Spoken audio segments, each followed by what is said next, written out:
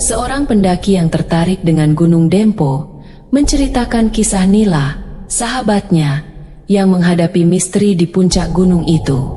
Rencana mereka untuk merayakan hari ulang tahun Republik Indonesia berubah menjadi petualangan yang menakutkan di tengah malam. Ingin tahu kelanjutan cerita selanjutnya? Tonton video ini sampai habis dan jangan lupa gunakan headset agar ceritanya lebih terdengar menyeramkan.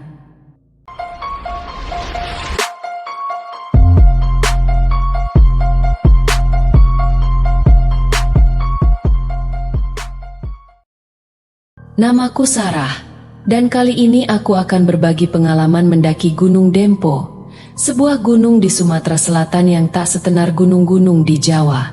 Meski tidak terlalu tinggi, hanya sekitar 3.159 meter di atas permukaan laut, perjalanan menuju ke sana cukup menantang. Gunung Dempo terletak di kota Pagar Alam, yang berjarak sekitar 8 jam perjalanan dari Palembang dengan bus antar kota dalam provinsi. Dari pabrik teh Pagar Alam, kami harus berjalan atau menumpang truk karyawan pemetik teh menuju Kampung 4, memakan waktu 1 hingga 3 jam tergantung cara kita menempuhnya. Dari Kampung 4, perjalanan berlanjut hingga Pintu Rimba, tempat pendakian sebenarnya dimulai. Gunung Dempo terkenal dengan keindahan alamnya, tetapi bagi para pendaki, gunung ini juga dikenal dengan kisah-kisah mistisnya. Salah satu cerita paling menyeramkan yang pernah kudengar adalah pengalaman sahabatku, Nila, yang sering mendaki gunung ini. Kisah ini terjadi tahun lalu, saat kami merayakan hari ulang tahun Republik Indonesia di puncak Gunung Dempo. Aku ingat betapa ramai dan semaraknya suasana saat itu, dengan banyak pendaki yang datang untuk merayakan bersama di puncak. Perjalanan ke Gunung Dempo. Nila memulai perjalanannya dari Palembang, membawa 1 keril di punggung dan 1 daipak di depan. Dia memutuskan untuk berangkat sendirian, meskipun tidak mudah, dan bertemu dengan teman-temannya di Pintu Rimba. Pertemuan ini tidak direncanakan, namun karena bertemu banyak teman di sana, mereka memutuskan untuk mendaki bersama.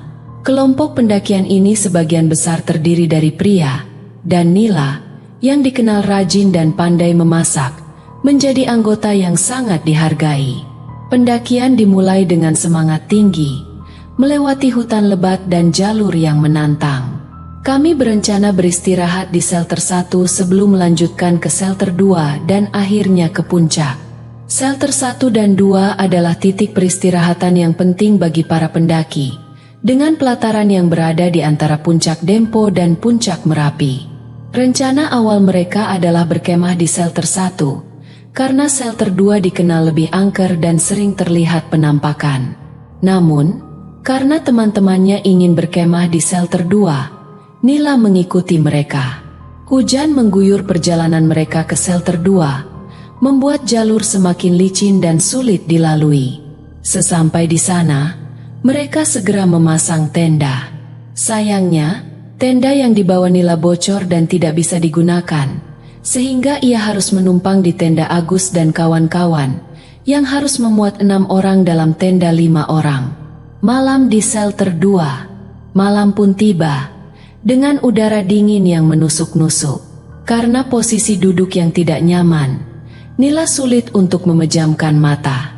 Ia mencoba mengalihkan perhatiannya dengan bermain telepon genggam, meskipun tidak ada sinyal. Waktu menunjukkan pukul 2 dini hari ketika Nila merasa ada sesuatu yang menarik perhatiannya ke sudut tenda. Saat itu, pandangannya seolah menembus parasut tenda, dan ia melihat sosok wanita berparas bule, mirip none Belanda. Wanita itu mengenakan gaun panjang putih dan membawa sepeda ontel jadul, berjalan menuruni jalur shelter 2. Awalnya, Nila terpana melihat kecantikan wanita itu. Namun seketika wajahnya berubah menjadi jelek, hancur, dan berdarah-darah. Nila tersentak dan merasa sangat ketakutan. Dia beristighfar untuk menenangkan diri, namun pandangannya kembali tertuju pada sudut tenda dan kejadian itu terulang lagi 2 kali.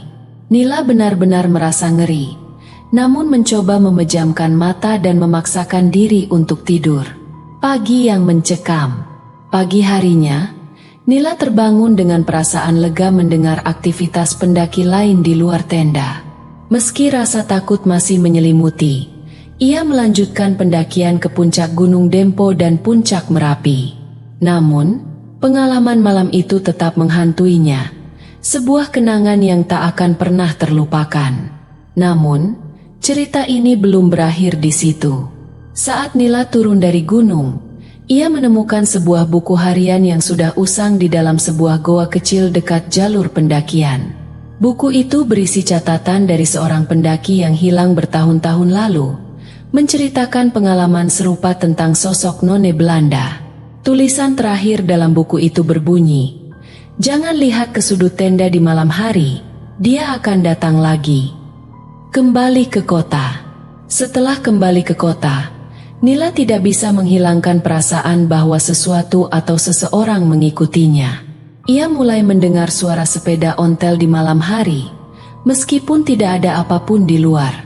Perasaan tidak tenang dan rasa takut terus menghantuinya, membuatnya sulit tidur. Nila memutuskan untuk mencari tahu lebih banyak tentang legenda none Belanda di Gunung Dempo. Ia menemukan bahwa none Belanda adalah hantu seorang wanita Belanda yang meninggal tragis di gunung tersebut pada masa penjajahan. Menurut cerita, wanita itu jatuh dari sepeda ontelnya dan tewas dengan wajah hancur. Roh wanita itu dikatakan sering muncul di sekitar jalur pendakian, mencari pertolongan atau mungkin balas dendam. Nila merasa bahwa penampakan yang ia lihat mungkin ada hubungannya dengan kematian tragis wanita itu. Ia mulai merasa terhubung dengan roh tersebut, dan berusaha mencari cara untuk membantunya menemukan kedamaian. Pertemuan yang mengubah segalanya. Beberapa minggu kemudian, Nila menerima undangan dari seorang pendaki senior yang dikenal memiliki pengetahuan mendalam tentang mistisisme di Gunung Dempo. Pendaki senior ini, Pak Hadi, mengajak Nila untuk kembali ke gunung dan melakukan ritual untuk membantu menenangkan roh none Belanda. Dengan penuh keberanian, Nila menerima tawaran tersebut. Mereka berdua, bersama beberapa pendaki lainnya, kembali mendaki Gunung Dempo. Di malam yang dingin dan gelap, mereka melakukan ritual di tempat di mana Nila pertama kali melihat penampakan. Saat ritual berlangsung, angin bertiup kencang dan suara-suara aneh mulai terdengar.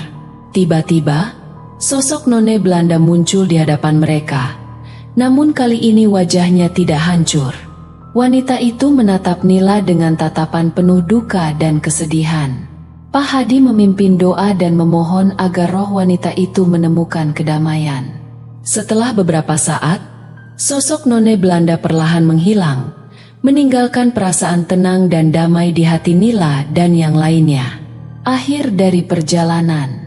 Setelah kejadian itu, Nila tidak lagi dihantui oleh penampakan atau suara sepeda ontel di malam hari. Ia merasa bahwa roh none Belanda akhirnya menemukan kedamaian, dan dengan itu, Nila pun merasa lebih damai. Kisah ini mengajarkanku bahwa gunung bukan hanya tempat yang indah dan menantang untuk didaki, tetapi juga menyimpan banyak misteri dan kisah-kisah yang mungkin tidak pernah kita bayangkan. Pengalaman Nila di Gunung Dempo menjadi pengingat bahwa kita harus selalu menghormati alam dan segala isinya, termasuk kisah-kisah mistis yang mungkin ada di dalamnya. Itulah kisahku dan pengalaman Nila di Gunung Dempo, sebuah perjalanan yang penuh dengan misteri dan kengerian, tetapi juga membawa kita pada pemahaman yang lebih dalam tentang alam dan kehidupan. Mungkin cerita ini akan membuatmu berpikir dua kali sebelum memutuskan untuk mendaki gunung yang penuh dengan kisah mistis ini. Terima kasih telah menonton.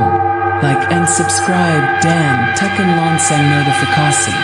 Siapkan diri kalian untuk kisah yang lebih gelap dan menyeramkan di episode berikutnya. Sampai jumpa di kegelapan.